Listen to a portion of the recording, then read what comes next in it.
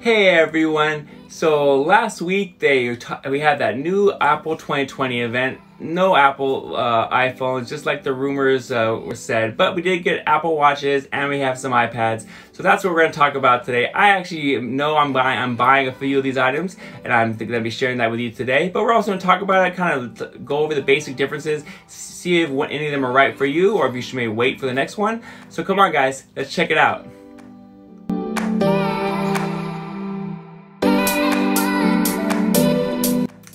Hey, so the event started off obviously talking about the Apple Watches, the 6 and the SE model. Now, they are pretty similar in some ways, and I really think the SE honestly will fit most customers. And with the 6 being more for people that just want to kind of almost like flash when they're out with their friends.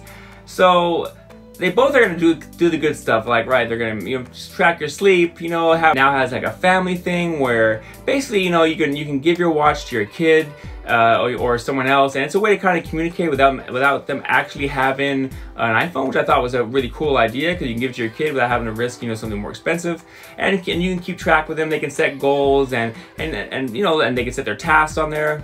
Really cool stuff. Now, one of the big differences between the SE and the 6 is that the SE, while they do both come in 40 and 44 millimeters, so you can definitely have that big watch face. On the SE, you can't pick things like the stainless steel, the gold, basically the higher trim levels of housing. This one only comes in aluminum coating, but it still comes in a variety of colors. It looks pretty good. I don't think anyone's really gonna have a problem with that. It's gonna fit most people's bills. So the SE will give you all those basic functions. You can text, communicate, call if you have a cellular model.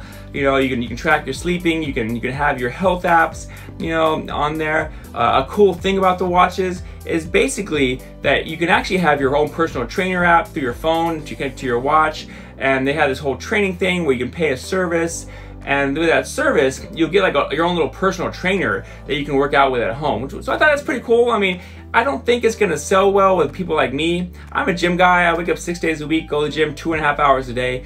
I'm not that customer for them, even during COVID, I work out 2.5 hours in my house. I don't need motivation, I just do it. But for those people that maybe need that reminder, need the extra push, it's gonna be good for them.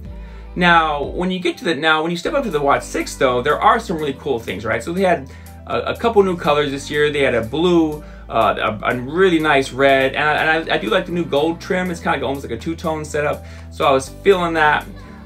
It now can measure the oxygen in your blood and in about 15 seconds. So that was really cool. I mean, those kind of things will really help, especially if you're trying to catch certain things and catch some warning signs. So if you're someone who definitely has some health problems, I definitely recommend paying the extra money, because it can monitor things that the SE can't and give you those early warnings. Now, when it comes to bands, they have this new Solo Loop thing, which is basically like a sport band. It's like a one piece. It goes around your wrist. It can be on either watch. Doesn't matter if it's an SE or a Watch 6. I thought that was pretty cool. They have a lot of new watch faces this year. You can even do a Memoji on them. So and also, it's like, say you going back to the kid thing. If your kid, you bought them a watch, they can create their own Memoji character and all that stuff and text back and forth. So I mean, a lot of communication now, a lot of customization. You can really personalize these devices. So really cool stuff. Me personally, I'm actually debating right now whether I want to get an SE, because I know it's not going to be that big of a deal for me, or if I want to go out and get that blue or gold Watch 6, just because I like the color a lot. So now when we're moving on to the iPads, one of the things they did on the 8th generation was basically bump it up to an A12, so basically more power, right? It looks the same, it's more powerful, it's gonna do the job. It's probably more powerful than any laptop at that price point by far. They even pointed out it was, I think it was like 6 times more powerful or something like that. So a lot of power for a bargain price, and you can get that thing on sale for like $250. I mean, really, the 8th generation iPad, there's just no competing with it, right? Now, when you go on to the iPad Air, they had some cool colors like a blue or green, and this kind of pink color. It looks like an iPad Pro, and actually it has a more powerful chip, so if you have it gets that new A14 powered chip. So for me, I think this is the one I'm personally gonna buy. So I do some of my editing on an iPad Pro, but I have the 10.5 generation. So this is in every way is way more powerful and just outperforms that in all ways. You know, I'm on a budget, so I'm not trying to go out and spend like, you know, over $1,000 on the more expensive model. I think for me it'll do fine, and I really like that blue color, to be honest. And so it's gonna do a job. Now, do I wish I had that, you know, that TrueMotion on there? Of course, I mean, that would definitely help. But right now, I really think that's the best fit for me, and I think that's gonna be the best fit for a lot of people, because not everyone needs the most professional thing possible, and to really be productive on it.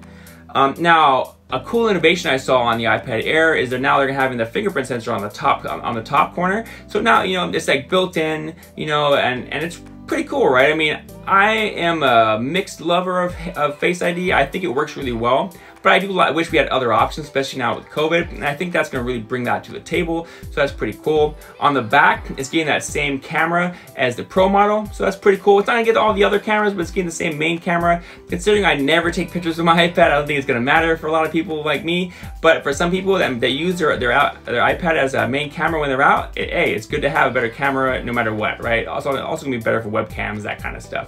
And of course, the A14 is a really powerful chip. I mean, that thing is just gonna rip through like processing 4K on there. You know, and of course, it works with all, like, you know, the new keyboard accessories and all that kind of stuff. So it's gonna be pretty awesome. I mean, I really think for most people, that's gonna be a better buy.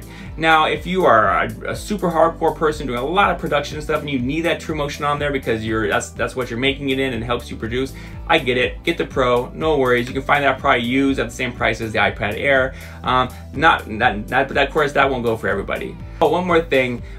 Of course, you can use the new Apple Pencil now with the iPad Air as well. Pretty cool stuff. But let's wrap this up and, you know, give my final quick thoughts on it. So, in finishing today, I really did like the Apple Watches and new iPads that came out. I think they are incredible value. Now, if you're coming from an Apple Watch 4 or 5, obviously they look the same if you're just glancing at them, right? So it's really gonna be up to you if you think it's that value for those extra features. Now, for those that really want to watch them monitor their oxygen level in their blood, the Apple Watch 6 is definitely for you. But for everyone else, I mean, like, I would really think if you're not worried about the extra health features, that the SE will actually serve most people's purposes, especially since you can save $120 by doing so.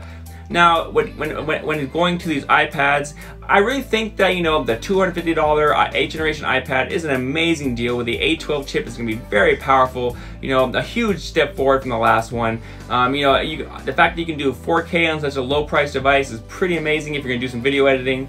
And for guys like me who do some, you know, editing on the iPad and they're looking for a cheaper alternative to, say, the iPad Pro, get the iPad Air. You're gonna love it. A14 chip, lots of power. The only thing you're really gonna miss is the extra cameras on the back and the TrueMotion display. For someone like me, not a big deal because I'm coming from the iPad Pro 10.5.